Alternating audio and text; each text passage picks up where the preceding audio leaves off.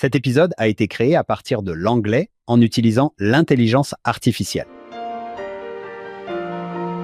Bonjour à tous, bienvenue dans Follow Him Favorites. Si vous découvrez ce podcast, sachez que chaque semaine, John et moi partageons une histoire que nous ne partageons pas dans le podcast et qui accompagne la leçon de la semaine. John, notre leçon de cette semaine est un peu différente. Nous n'avons pas de passage biblique. Il s'agit essentiellement d'un aperçu ou d'une introduction à l'Ancien Testament. Même dans le manuel, il est dit que l'Ancien Testament peut faire peur. Cela m'a fait penser à une histoire. Cela m'a fait penser à quelque chose qui m'est arrivé quand j'étais enfant. Je suis impatient de vous raconter cette histoire. J'ai un peu peur. Cela m'a rappelé quelque chose qui m'est arrivé quand j'étais jeune. Mes parents adoraient se rendre au cimetière chaque jour commémoratif. Je n'étais pas fan, c'était généralement le premier jour de l'été. Je ne voulais pas monter dans la voiture et faire un long trajet pour aller déposer des fleurs sur les tombes, ce que je trouvais, en tant qu'enfant, complètement inutile. De toute façon, ils allaient jeter ces fleurs. Mais nous allions au magasin acheter des fleurs, puis nous passions prendre ma grand-mère. Je l'aimais beaucoup, John, mais je ne voulais pas rester assise à côté d'elle dans la voiture pendant des heures. Vous auriez pu nous voir, mon frère et moi, assis de chaque côté d'elle sur la banquette arrière, penchés vers la portière. Nous aimions notre grand-mère. Nous aimions la serrer dans nos bras. Nous adorions recevoir des cadeaux de sa part, mais nous ne voulions pas nous asseoir bras dessus, bras dessous avec elle, car nous ne savions pas si le fait d'être vieux était contagieux. Je me souviens de cette année-là, nous sommes arrivés au cimetière. Je ne sais pas quel âge j'avais. Je devais avoir 11 ou 12 ans. Je me promenais dans le cimetière. Je trouvais ça tellement ennuyeux. Ma grand-mère était de l'autre côté de ce grand buisson. Je contournais le buisson et je l'entendais parler. Je me suis dit que grand-mère avait perdu la tête. Elle parlait toute seule parce que les autres membres de ma famille étaient ailleurs et qu'elle était seule. Elle m'a vu et m'a dit « Oh, bonjour Hank, viens ici. » Je me suis approché et je lui ai demandé « Grand-mère, à qui parles-tu » Elle m'a répondu « À ma famille. » Je regardais autour de moi en disant « Non, ta famille est juste ici. » Elle a répondu « Non, juste ici, sur le sol. » Elle a pointé du doigt quelques pierres tombales et m'a dit « Ce sont mes parents. C'est ici que mes parents sont enterrés et voici mes frères et sœurs. » Elle était la plus jeune de sa famille. Ça m'a frappé, John, pour la première fois. J'avais 11 ou 12 ans. Je regardais ma grand-mère et ses pierres tombales et je me suis dit « Attends, tu as été jeune toi aussi. » Je me souviens avoir pris conscience de cela, comme si je pensais que tout le monde avait une grand-mère et un grand-père. Et je me souviens du jour où je me suis dit « Attends, à propos de ma propre mère, c'est ta mère? Tu avais une mère ?» J'ai dit « Grand-mère, ce sont les personnes avec qui tu dînais.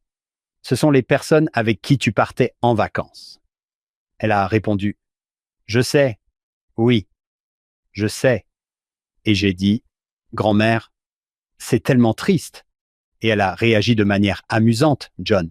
Elle a dit « Ne t'inquiète pas, mon chéri. Je savais qu'ils étaient partis avant notre arrivée ici. » Je me suis dit « Oh, d'accord, c'est mieux. Tu ne venais pas de l'apprendre. » Cela a changé ma perspective sur elle, de réaliser qu'à un moment donné, elle était jeune, pleine de vie, et qu'elle vivait sa vie avec toutes les émotions d'une jeune personne. Je pense un peu à cela avec l'Ancien Testament. Pour nous, il a toujours été ancien, mais à un moment donné, il était vivant. Oui, c'était comme si la famille de votre grand-mère était présente. Ils n'étaient pas vieux, ils étaient là. Pour qui l'Ancien Testament était-il vieux? Peut-être pour nous, mais dans le monde de Jésus? Exactement.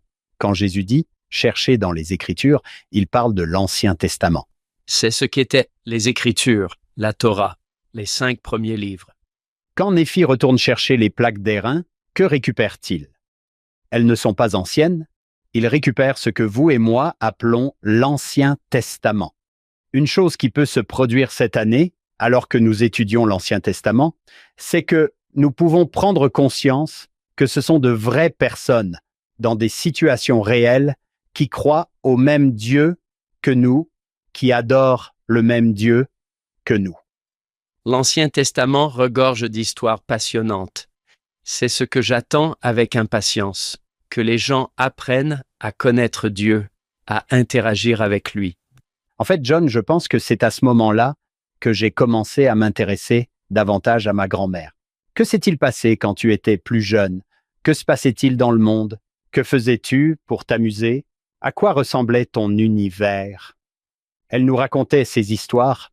En fait, c'était ma grand-mère, Madeleine. John, tu connais ma fille aînée. Tu sais comment elle s'appelle? C'est Maddy. C'est Maddie, c'est Madeleine. Quand on lit l'Ancien Testament cette année, il ne semble pas si ancien, c'était leur monde. J'aime ce que vous avez dit. Ce sont des gens qui croyaient au même Dieu que nous. Que savaient-ils? Comment interagissaient-ils? Et que savons-nous aujourd'hui? Leur vie était différente des nôtres. Leurs circonstances étaient différentes. Mais beaucoup de choses qu'ils devaient faire en matière de croyance, en matière de confiance en Dieu, étaient très similaires à ce que nous devons faire. Ils peuvent être une source d'inspiration pour nous.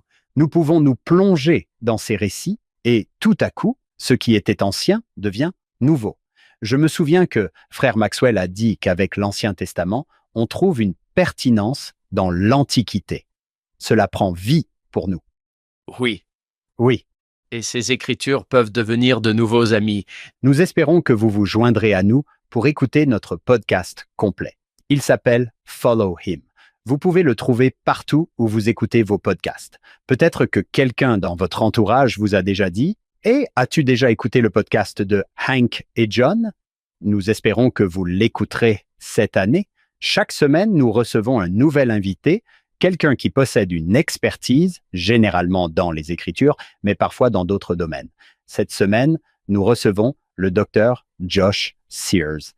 Il a écrit un nouveau livre sur l'Ancien Testament. Il a consacré sa carrière à l'étude des Écritures, en particulier de l'Ancien Testament. Vous allez adorer ce qu'il partage, la motivation qu'il transmet et les nouvelles perspectives qu'il offre. À la fin de l'émission, vous verrez l'Ancien Testament d'un œil nouveau.